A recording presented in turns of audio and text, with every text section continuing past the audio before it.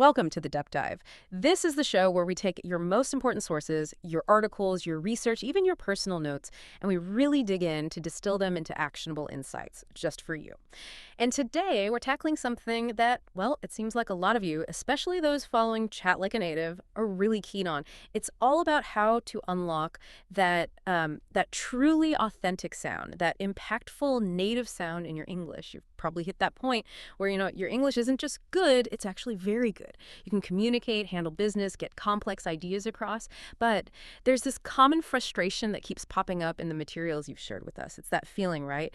That your language, while it's correct, sometimes just lacks, I don't know, a certain natural flow, or maybe punch, that kind of effortless precision you hear from native speakers. Yeah, and a lot of your notes mention maybe overusing those really flexible, but sometimes a bit bland verbs, the ones get, take, do, and it leaves you wondering, is there a more vivid way, a more confident way to say this?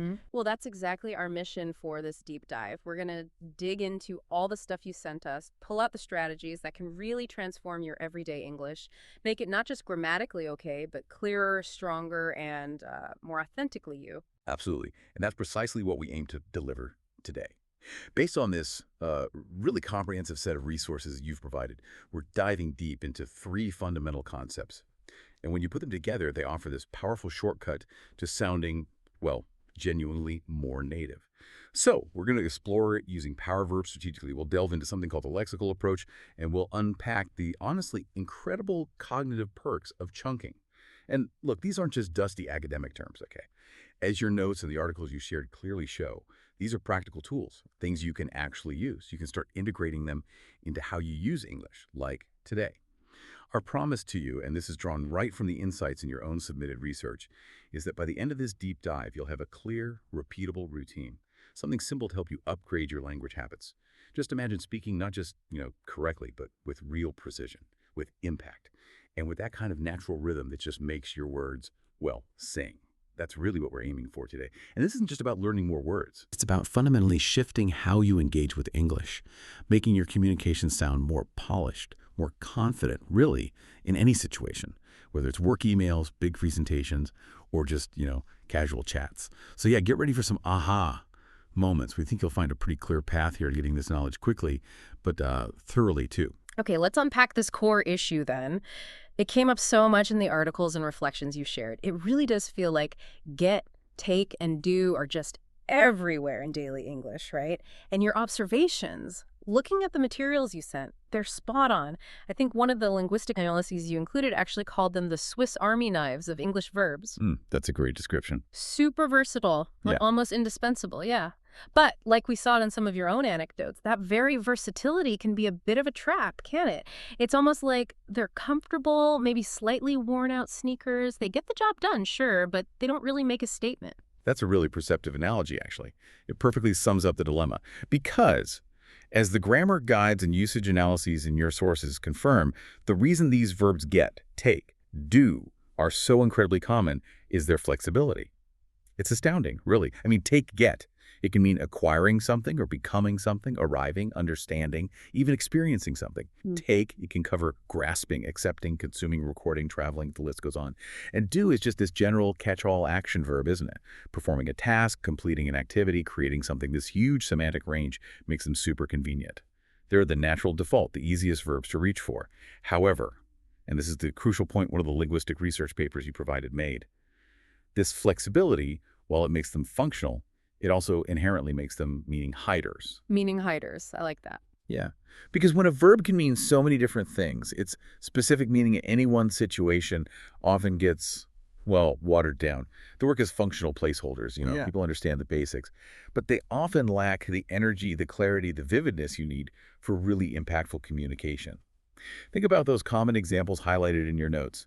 Get a coffee, take a break, do your homework. They're grammatically fine, totally correct. But they don't paint much of a picture, do they? They don't convey any specific intent or feeling. They just state a basic fact. Okay, right. Functional but flat. Exactly. And this brings us right back to why this matters so much for you as an advanced intermediate learner. Relying constantly on these super flexible but ultimately quite generic verbs, something many of your self-reflection entries touched on, can unintentionally make your English feel less specific. less impactful, and, crucially, maybe less confident. Even if your grammar is perfect, even if you have a great vocabulary, this default usage can sort of flatten your communication. It stops your real message, your unique viewpoint, from coming through with the sharpness and energy you want it to have.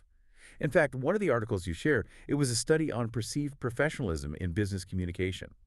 It actually noted that speakers who consistently chose more precise verbs were rated higher in confidence and competence. Wow, really? Even when the generic ones were grammatically correct? Yeah, exactly. It's like having this amazing artist palette full of vibrant colors, but just choosing to paint with the basic red, yellow, and blue.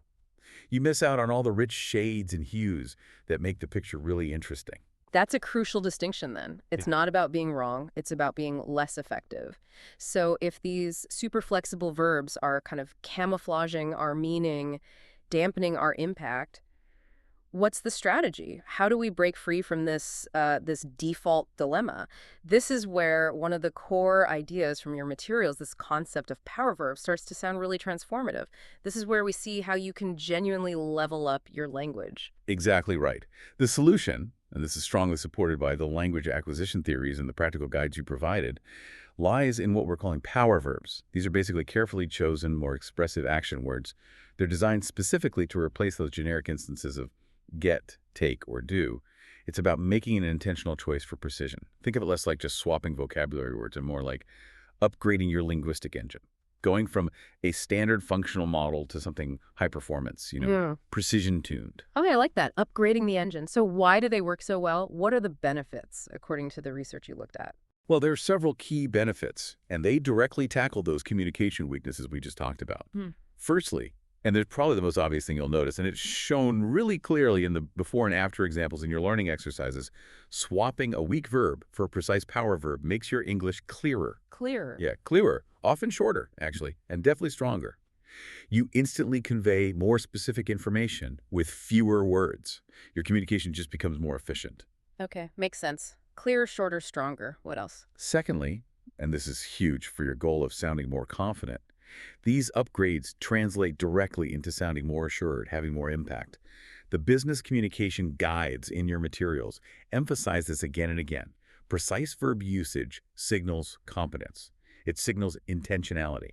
So whether you're, say, explaining a strategy in a meeting or offering help in a conversation or even just writing an important email, that extra precision, it projects confidence. It makes you sound more capable, more persuasive. It's not just about being correct. It's about communicative power. Communicative power. Okay. So it affects how people perceive you. Yeah, absolutely. Now, let's think about specificity and vividness. Your literary analysis examples often focused on this. When you choose to say grab a coffee instead of just get a coffee, you immediately create a clearer, more dynamic image in the listener's mind. Ah, right. Grab sounds quicker, maybe more casual. Exactly. It implies a quick, perhaps unplanned action, maybe on the go. It adds this layer of nuance that Git just completely misses. Or think about projects. If you launch a project instead of just starting one, Ooh, launch. yeah, that feels bigger. Right. It conveys a much greater sense of intentionality, strategic planning, maybe a more significant, even public beginning. Launch suggests an event, a formal kickoff. It carries more weight, more purpose than just start. The difference in how the listener perceives the action is really palpable. And what about strength? You mentioned strength earlier. Yes, and this point really resonated in your professional development articles. Consider tackle a problem versus just deal with a problem. Tackle a problem. Yeah, I liked that one before. It sounds so much more active. It really does. Tackle evokes this sense of active engagement, determination, a proactive approach. It implies you're confronting the challenge head on, with energy, with focus, not just passively dealing with it. Which sounds much better in a work context. Incredibly potent in professional contexts. We're showing initiative, resilience, a problem-solving attitude is so highly valued. Choosing tackle over deal with can fundamentally change how people perceive your commitment and your agency. Okay, this is making so much sense. Tackle a problem, it just changes the whole energy. But what you said about these verbs often fitting in natural phrases, that makes me think it's not just about swapping one word, is it? One of your articles on language acquisition hinted that native speakers don't really build sentences word by word. They use these prepackaged units. This seems to lead us right to the heart of how native speakers actually learn and use language. You've absolutely nailed a critical insight there, one gleaned directly from the psycholinguistic research you shared. You're right, it's rarely about single isolated words. Power verbs are often the very core, the heart, of what linguists call chunks. Chunks. Right. These are common word combinations, fixed phrases that native speakers learn and use almost like single ready-made units. Think about phrases like meet a deadline, file a complaint, reach a consensus. Now, when you take a common pattern with a weak verb like get a chance, and you consciously upgrade it to seize an opportunity, you're not just improving one word. You're fundamentally upgrading the entire expression, one that gets used a lot. The whole chunk becomes more powerful, more specific, and it sounds much more native. So upgrading the verb upgrades the whole phrase it sits in. Precisely.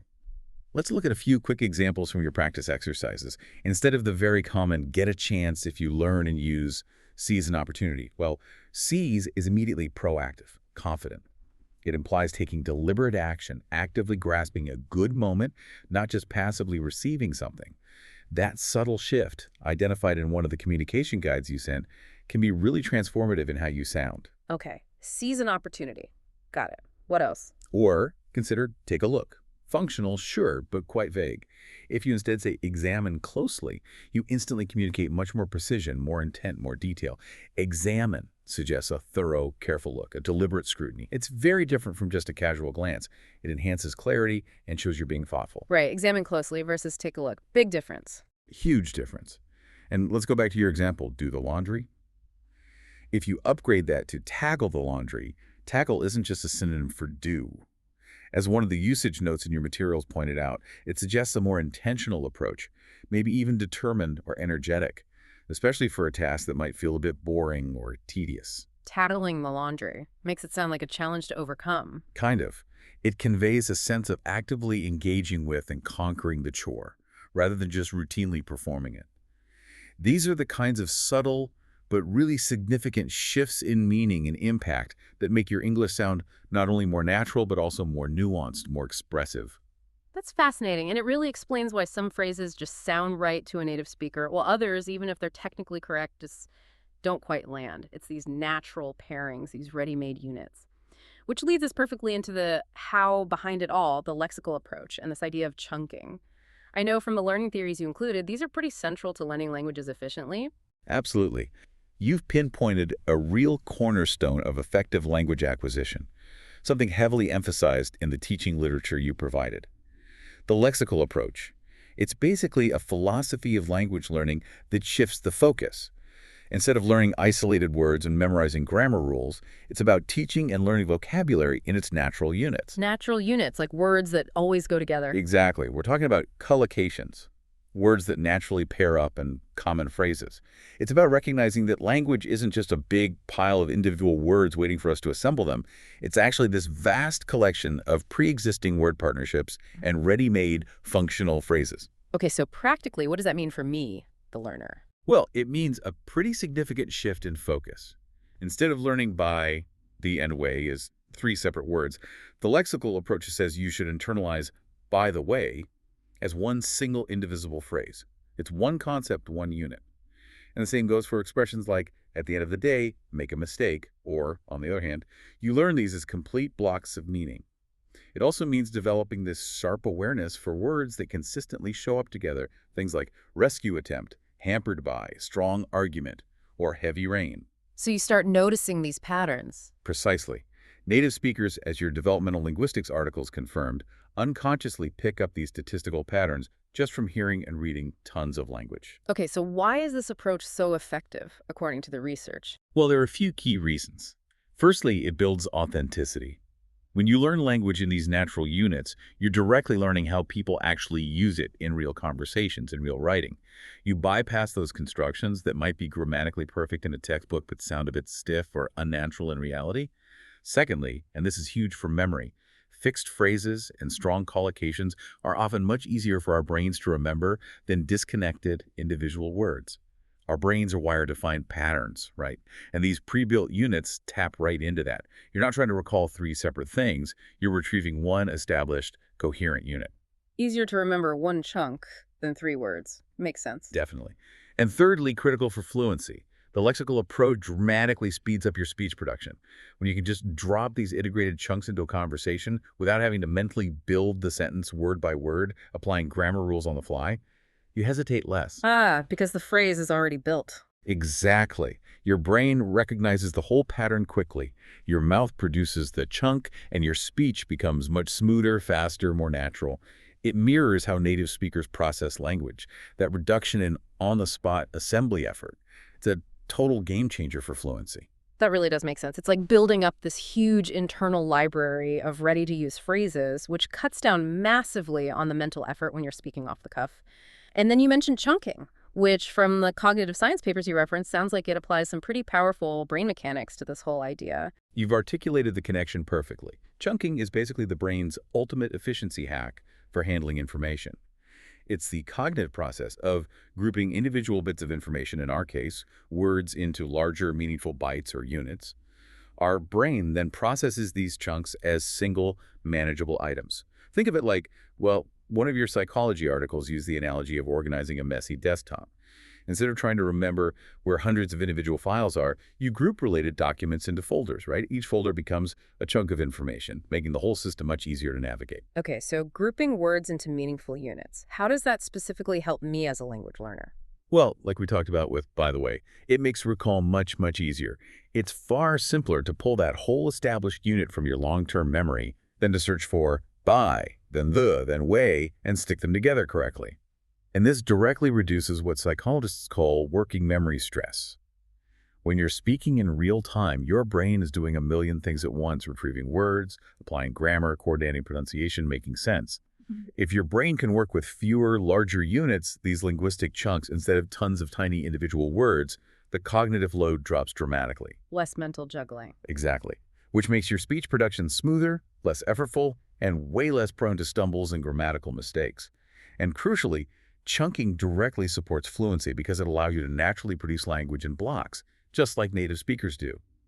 Our working memory, the part of our brain actively processing information right now, has a notoriously small capacity. Right, I remember reading something about that, like 7 things plus or minus. Yeah, the classic number is often cited as 7 plus or minus 2, but in active processing, it might even be fewer items we can juggle simultaneously.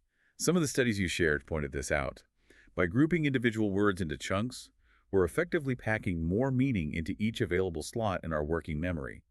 This lets us process and produce more complex ideas and longer sentences more quickly and efficiently. Some sources suggested the sweet spot for linguistic chunks is often around 3 or 4 items for maximum efficiency. So bigger chunks mean more meaning per mental slot. You got it. Yeah. And this isn't just for language. Think about expert chess players. They don't see 32 individual pieces on the board. They see patterns, groupings of pieces, strategic chunks. This lets them process way more information and make complex decisions much faster than a novice. Ah, like recognizing familiar plays or formations. Precisely. Your brain, with enough exposure and practice, does the exact same thing with language automatically once you train it to see and store these common linguistic patterns as single units. Okay, this theory is really compelling and the brain science is fascinating. But the big question, the one that keeps coming up in your feedback notes, is how do we actually do it? How do we take these powerful ideas, power verbs, the lexical approach, chunking, and actually weave them into our daily learning without getting totally overwhelmed? So what does this all mean for you, the listener, and your daily English practice? Give us the practical steps, the actionable routine. Right, that's the crucial pivot point. And the great news, as outlined in the practical application guides you provided, is that integrating this is much simpler than you might think. We've boiled it down to a really straightforward 3-step routine. Notice, upgrade, and rehearse. It's designed to be low stress, quick to do, and really effective in building those lasting language habits. Okay, notice, upgrade, rehearse. Let's break it down. Step 1, notice. Step 1. Notice the weak chunk. This is all about becoming more aware of your own language habits right now. Start identifying phrases you often use in your speech or writing that rely on those generic verbs like get, take, or do. Hi. Maybe you often find yourself saying things like, I'll get in touch tomorrow, or we should do a presentation, or maybe let's take a look at this report. The key here, as recommended in your self-assessment tools, is just to become an active observer of your own default choices. Maybe keep a little notebook or a note on your phone for these observations. So just spotting them first, no pressure yet. Okay, step 2. Step 2. Upgrade the verb. Once you've noticed a weak chunk, the next step is to consciously replace that generic verb with a stronger, more precise power verb. So if your default is, I'll get in touch tomorrow, you upgrade it, maybe to I'll contact you tomorrow. Or if you want a friendlier tone, I'll reach out to you tomorrow. The chunk, we should do a presentation, becomes the much more impactful, we should deliver a presentation. And let's take a look at something could be elevated to, let's review this, or maybe let's examine this closely. You're actively choosing a word that carries more specific, powerful meaning. It instantly boosts clarity and impact. Okay, so find the weak verb, swap it for a stronger one. Got it. And step 3, rehearse. Step 3, and this is absolutely crucial for making these new patterns stick, rehearse out loud. Now, this isn't about hours of tedious drills. Just dedicate maybe 10 to 20 seconds, say the upgraded chunk 3 times aloud. Really focus on getting a natural rhythm and intonation. Then, immediately put it into a short, simple sentence or dialogue. Even if you're just talking to yourself or imagining a quick exchange. For example, if your upgrade is, I'll contact you tomorrow, you'd say, I'll contact you tomorrow. Faster, I'll contact you tomorrow. Natural pace, I'll contact you tomorrow.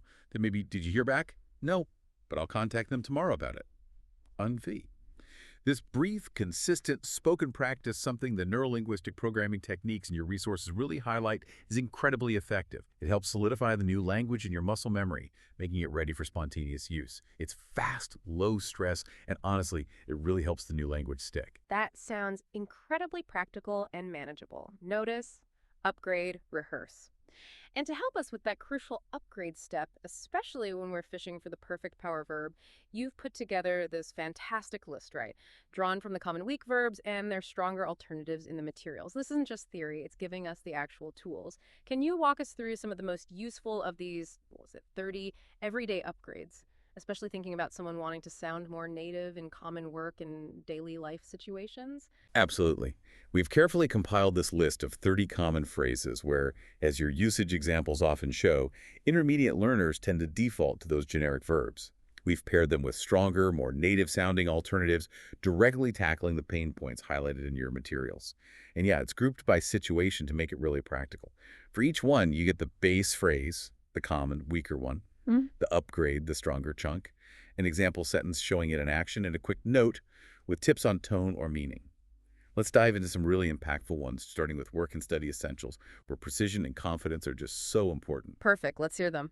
Okay, first up, a really common one from your professional emails. Instead of get information, try gather information or obtain information. Now, the note here is key. Gather implies a more active process, maybe collecting data from different places, suggesting a hands-on approach, like, I need to gather some feedback from the team. Obtain, on the other hand, is a bit more formal. It often suggests getting something official or something that already exists, like a permit or a specific document. Yeah. We need to obtain the final approval, so the choice tells a slightly different story. Okay, gather versus obtain. Nice distinction. What's next? Another one that popped up a lot in your project reports was get results. A much stronger upgrade is achieve results. It seems small, but it's a really impactful change. Achieve just sounds more confident, proactive, goal-focused. It implies effort, planning, success, really valuable and professional updates. Our team achieved excellent results last quarter. Achieve results definitely sounds more professional than get results. Okay. For get started, which is fine, but you can often use begin or simply start. Begin can sound slightly more formal, good for kicking off a meeting perhaps. Let's begin the presentation. Start is super versatile, works in almost any context. I need to start drafting that email. Simple but good alternatives. Then there's take notes, very common, more vivid options. You could say jot down notes or record notes. Jot down is great, casual, natural, implies quick, informal notes, maybe in a brainstorm. I quickly jotted down the main ideas. Record notes can feel a bit more formal or imply a more structured, detailed note-taking, like in a formal meeting or lecture. Please record the minutes of the meeting. Jot down. I like that one. Sounds very natural. It really does. Now, a critical one for professional emails that stood out in your drafts. Take responsibility. You can elevate this significantly to assume responsibility. This is a formal, powerful chunk. When you assume responsibility, you're not just passively accepting it. You're formally, proactively taking ownership. Essential for professional emails, reports, or when you need to show leadership. I'm prepared to assume responsibility for this project. Assume responsibility. That definitely carries more weight. Big time. And for things like do research, especially in academic or business contexts, the standard professional chunk is conduct research. It instantly elevates your language, sounds authoritative, methodical. Instead of, I did research, you'd say, we conducted research on market trends. A must know. Conduct research. Right. Good one for academic writing, too. Absolutely. Similarly, for presentations. Instead of do a presentation, much stronger options are deliver a presentation or simply present. Deliver really emphasizes the performance, the communication to an audience. It makes your intention clearer, your impact stronger. She will deliver a keynote speech, or he needs to present his findings next week. Deliver presentation. Much better. And finally, for this section, a quick note on regional differences that came up. Do an exam test. In British English, it's usually sit an exam. In American English, it's take an exam. Just something to be aware of, depending on your audience. Students will sit their finals, BRE, versus students will take their finals, AME. Ah, good tip. Sit versus take. Okay, those are incredibly useful for work and study. It really feels like you're not just changing words, but boosting how professional you sound. Now, what about communication and collaboration? Your social interaction notes mention wanting smoother, more natural exchanges there. Excellent point. Sounding native isn't just about formal stuff. It's just as important, maybe more so, in everyday interactions. So for smooth communication, instead of the very common get in touch, you've got versatile options like contact or reach out to. The note here highlights that reach out to is particularly friendly and modern. It implies making an effort to connect, great for networking or a friendly follow-up. I'll reach out to him later today. Contact is more neutral, direct. Please contact support if you have issues. Reach out to, yeah, that feels more personal. It does. Then, if you promise to get back to someone, more professional and often clearer alternatives seen in your customer service examples are follow up with or reply to. Follow up with is great in business. Shows you're tracking something, ensuring it gets done. Demonstrates diligence. I'll follow up with you by email. Reply to is for direct response. I need to reply to that message. Follow up with, that sounds very organized. It does. Now, when asking or confirming understanding, instead of do you get the idea, you could upgrade to grasp the idea or understand the idea. Grasp suggests a deeper understanding, like you've really internalized it, not just superficially heard it. It communicates more cognitive engagement. Oh, yes, I think I grasped the main concept now. Grasp the idea. I like that. Deeper than just understand. Exactly. And for looking at documents or info, rather than the generic take a look, elevate it to review or examine. Examine implies a detailed, close inspection, good for critical analysis. We need to examine the contract details. Review is more general, like an overview or reevaluation. Could you review my draft? Review or examine depends on how closely you need to look. Precisely. When managing tasks, instead of take care of a task, use handle or address.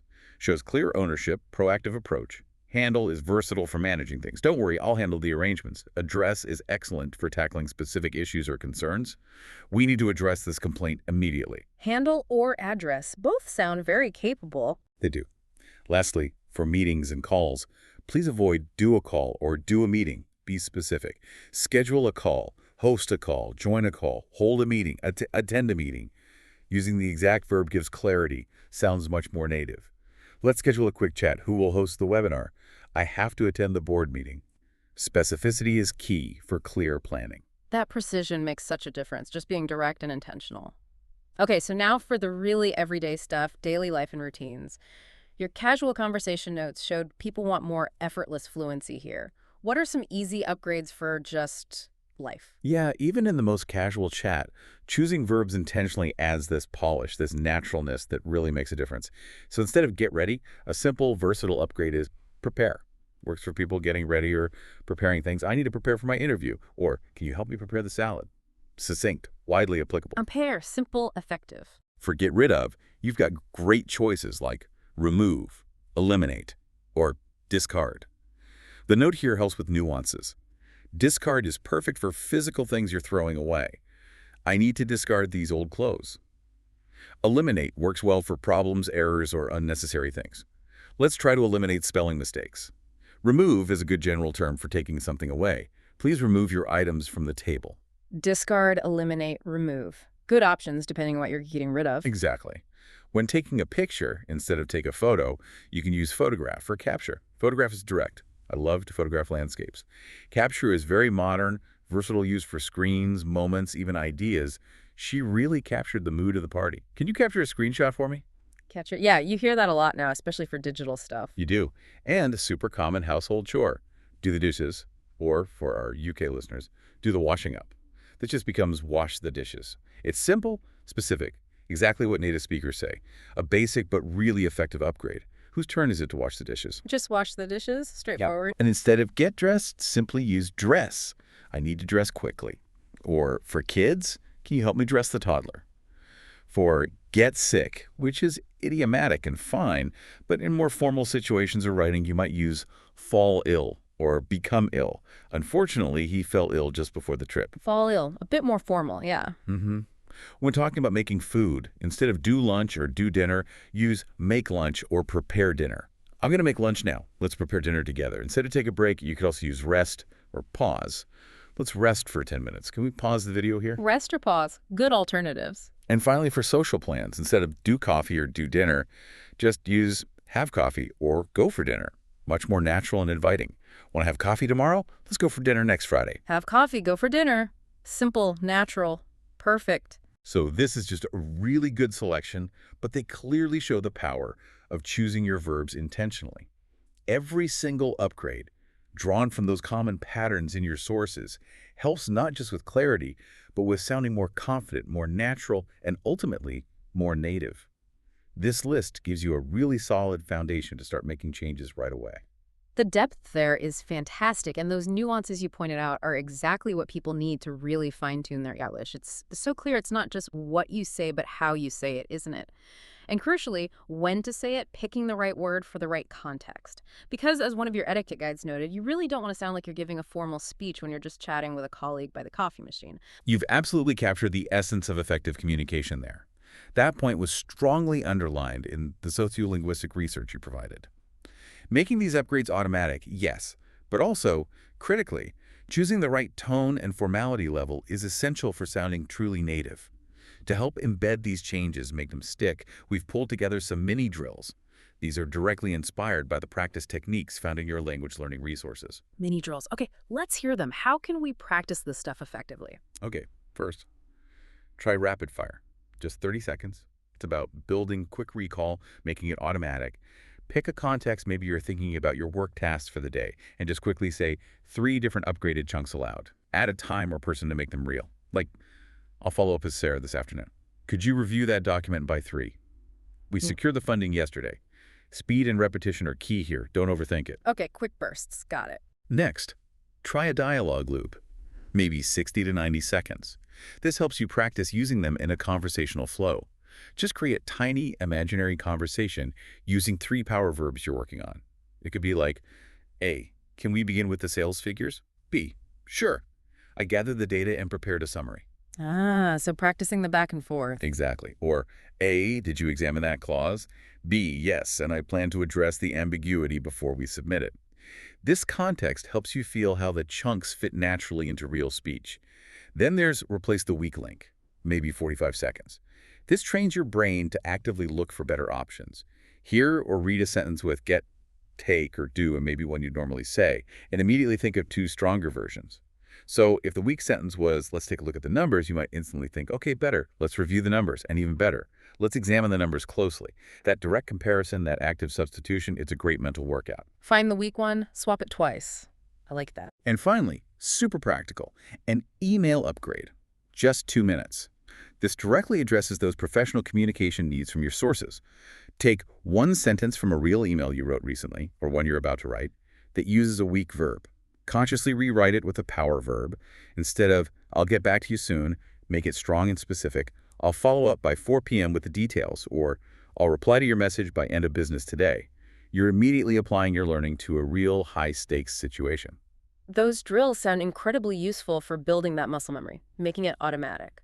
But beyond the words themselves, what about the sound? One of the psycholinguistic articles talked about prosody, the music of English. It's not just the words, it's the delivery, right? You've hit on such a crucial element, heavily emphasized in the phonetic analyses you shared. To sound truly native, you absolutely have to nail the stress and rhythm. In English, it's the content words, especially our power verbs, that usually carry the main stress. Those little function words. They tend to be reduced, kept light. So when you say these upgraded chunks, you generally want to emphasize the power verb. Let it pop. Try saying these, maybe with a tiny pause or stretch on the stressed syllable, just to feel it. Let's review the plan. We secured approval. I'll contact you tomorrow. Right, you really hit that main verb. Review, secured, contact. Exactly. The strong verb carries the emphasis, the energy. A really practical tip, straight from your audio learning guides. Record yourself saying these phrases on your phone. Listen back. Find the version that sounds most natural, most native, then shadow speak along with your own best recording a couple of times. It physically trains your mouth and ears to produce that authentic rhythm. Record in shadow. Good practical tip. Okay, what about formality? That came up a lot in the professional guides. Getting the level right seems critical. Absolutely critical for avoiding awkwardness. You don't want to sound stiff or overly casual at the wrong time. One of the communication handbooks you provided offered a pretty clear framework. For more formal situations, emails to managers, clients, official reports, you'll lean towards more formal, precise verbs like secure, conduct, assume, prepare, review. They convey professionalism, authority. We aim to secure additional funding. Okay, formal verbs for formal settings. Right. Then for more informal but still efficient settings, daily TEAV stand-ups, quick chats, project updates, verbs like gather, check, handle, follow up, reach out, feel friendly, collaborative, but still get the job done efficiently. I'll gather the requirements this afternoon. And for things like formal reports, big proposals, major presentations, you want verbs that really project confidence and precision. Achieve, eliminate, address, deliver. Our strategy aims to achieve market leadership. So you tailor the verb to the situation and audience. Precisely. And a simple test, drawn from your communication principles. Say the sentence out loud. Does it sound like something you'd hear announced on a stage? Probably formal. Would you say it easily to a colleague grabbing coffee? Probably casual. The key is that conscious match verb to situation, audience, and your goal. That shows real linguistic awareness. That's a great rule of thumb. Avoid the commence lunch scenario. But even with all these fantastic tools and guidelines, are there common traps or pitfalls people should watch out for when they start actively using these power verbs and chunks? I imagine it's easy to stumble, as some of your diagnostic tests hinted. That's a very smart question. Because yes, even with the best intentions, the road to sounding native has some common bumps. One of your articles, A Common Error Analysis, highlighted several key areas to be mindful of. First, the pitfall of being over-formal for simple, everyday actions. Your commence lunch example is perfect.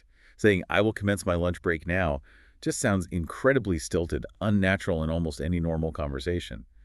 The goal is naturalness and appropriateness, not just using a bigger word. Right. Stick with start or have lunch. Remember, the power verb should add clarity or impact, not just formality for formality's sake. Right. Don't overdo it on the simple stuff. Exactly. Another frequent mistake found in your error logs is mixing objects with verbs that have very specific partners, those collocations we talked about. English is super particular about these pairings. You deliver a presentation, but you submit a report. You conduct research, but you write an essay. You make a decision, but you take a risk. So you can't just swap any noun in there? No. It's crucial to learn the entire chunk as one unit. Don't try to mix and match unless you're absolutely sure about the collocation. This goes right back to the lexical approach. Learn the whole phrase, not just the verb. Then there's the danger of overusing synonyms. Look, not every single get, take, or do needs to be replaced. If get is part of a fixed idiomatic expression where it carries a specific meaning, leave it alone. Think about get sick, get married, get stuck, get going, get used to, get cold. Right. Those are set phrases. They are fixed, idiomatic, and sound perfectly natural. Only upgrade when your goal is more precision, more clarity, more impact. Not just to avoid a common word. Trust your gut on these idioms. And finally, a big one, especially for adult learners. L1 influence, first language influence. As the contrastive linguistics paper showed, learners often translate directly or build phrases based on their native language's patterns. This can lead to really awkward, non-native sounding chunks in English. So thinking in your first language and translating word for word. Exactly. The advice from your teaching methods to counter this is clear. Teach and practice common English chunks directly. Use listening, use repetition, get those natural patterns into your brain, and actively try to mimic authentic English phrases you hear, rather than building them mentally word by word from your L1. Absorb and reproduce the patterns. Okay, this is really where it all gels together, isn't it? How do these three amazing tools, power verbs, the lexical approach, and chunking, actually work together to make each other even stronger? This feels like the payoff, the synergy of everything we've explored from the sources. This is absolutely the most exciting part, the truly transformative aspect, as shown in the integrated learning models in your materials. You're spot on. They amplify each other. It's a cumulative effect. You're not just adding words, you're fundamentally rewiring how your brain processes, stores, and spits out language, making it way more efficient, way more native-like. So, how do we combine them in practice? Let's look at some concrete strategies that blend all three beautifully. Take our chunk and power up activity again. You start with a common phrase like, get a chance. First step, you consciously spot the weak verb, get. Second, you actively replace it with a stronger one, maybe from our list, turning it into seize an opportunity. Now, in doing that, you're not just finding a synonym, you're actively recognizing and internalizing seize an opportunity as a powerful, reusable chunk. See, that single action energizes your vocabulary and boosts your fluency because you've upgraded the core of a common phrase and stored it as one ready-to-go unit. Ah, so the upgrade creates the chump in your mind. Exactly. Or think about speaking practice with chunks, as recommended in your fluency guides. Pick a topic, your daily routine, a recent project. Then intentionally jot down a few relevant chunks that use power verbs. Grab a coffee, make a decision, conduct a meeting, deliver a report, whatever fits. The key then is to deliberately weave these pre-made units into your actual speaking or writing practice on that topic. The more you consciously use these ready-made blocks, the more naturally they'll just pop out in spontaneous conversation. You're building serious muscle memory for these efficient structures. So, preparing the chunks beforehand for a specific topic. Right. You can also use collocation lists, a strategy highlighted in the advanced vocabulary sections you shared. Make lists focused on verbs and their natural partners. Maybe explicitly compare make a mistake versus commit a mistake, or take a risk versus run a risk. Practice using both in sentences, but really focus on noticing which one sounds more natural or which is preferred in certain contexts or carries a slightly different feel. This trains your ear for authenticity and sharpens your understanding of those subtle usage differences. Helps you pick the truly native-sounding option. Comparing similar chunks to refine your ear? Nice. And finally, it's crucial to manage your fluency versus accuracy balance, a recurring theme in your pedagogy resources. During focus practice, yeah, absolutely, pay close attention to getting the chunk form right, the pronunciation, the usage. That's your accuracy work. But once a chunk starts feeling familiar, somewhat automatic, consciously shift gears. Practice using it spontaneously in conversation, letting it flow without agonizing over perfection. That's where fluency really develops, moving from careful construction to effortless retrieval and use, just like a native speaker. So, dedicated practice for accuracy, then using it freely for fluency. Precisely. So why do these three work so well together? Power verbs enrich your language, bringing clarity and energy that weak verbs lack. The lexical approach teaches you language the way it's really used, those natural pairings, the fixed phrases, the actual building blocks of communication. And chunking, using basic brain science, makes the whole process learning, storing, retrieving, speaking smoother, faster, more natural by easing the load on your working memory. By combining these, as your research strongly suggests, you're not just learning English words or rules in isolation, you're learning how English works, how it's used, the patterns, rhythms, the ready-made units. And that's exactly what intermediate learners need to bridge that gap and achieve that truly native-like sound and feel. You're moving from carefully laying individual bricks to effortlessly assembling with prefabricated, sturdy sections of language. Okay, for everyone listening who loves structure and really wants to see consistent progress without feeling totally overwhelmed, we've pulled out from your learning plans this simple, low-stress weekly plan. Looks like about 10 minutes a day. This could really supercharge integrating these ideas. Exactly. This plan is designed to slot easily into even the craziest schedules. Minimal daily time, maximum impact. Here's how it breaks down. Day 1. Notice. Just 2-3 minutes. Super simple. Scan your emails, chats, maybe even recall a recent conversation from the last week. Actively circle or note down 3 specific times you used get, take, or do. That's it. Just identify your current defaults. No pressure, just observation. Okay, day 1, just spot 3 examples. Easy enough. These 2, 3, and 4. Upgrade about 5 minutes each day. Pick one of those circled chunks each day. Look at our list of 30 upgrades or challenge yourself to find 2 stronger versions using power verbs. Write them down. Then, and this is key, speak those upgraded versions aloud 5 times each. Focus on natural rhythm and stress. Finally, create one short, simple dialogue using that upgraded chunk. Say out loud. This focused repetition helps lock it in. One chunk a day for 3 days. Upgrade it, say it 5 times, use it in a mini dialogue. Okay. Day 5. Rehearse 5 minutes. Take all 3 upgraded chunks you practiced during the week. Record yourself saying them on your phone. Listen back once. Be critical about your pronunciation and rhythm. Then shadow the best version. Speak along with your own recording once or twice. This reinforces the sound and the physical feeling of saying it right. Day 5. Record, listen, shadow the best take. Days 6 and 7. Use it live, ongoing. This is where it hits the real world. Pick one upcoming meeting, call, or even a casual chat. Make a little promise to yourself. I will intentionally use at least one of my target upgraded chunks. Afterwards, take 30 seconds. Write down the actual sentence you said. Did it feel natural? Did it work? Awesome. Keep it active. Felt a bit clunky? No problem. Tweak the verb or phrasing. Make a mental note. Try the adjusted version next time. Real-world application and tweaking. Use it for real, reflect, adjust if needed. Love it. And one final crucial tip, straight from the motivational techniques in your personal development notes.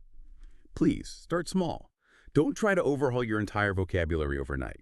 Choose just 3 upgrades you'll focus on today. Maybe scribble them on a sticky note by your computer.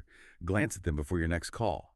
And when you genuinely hear yourself use one of those upgraded chunks automatically, naturally, in a real conversation, seriously, celebrate that moment. That's not just a tiny word swap. That is real, tangible proof you're rewiring your language habits.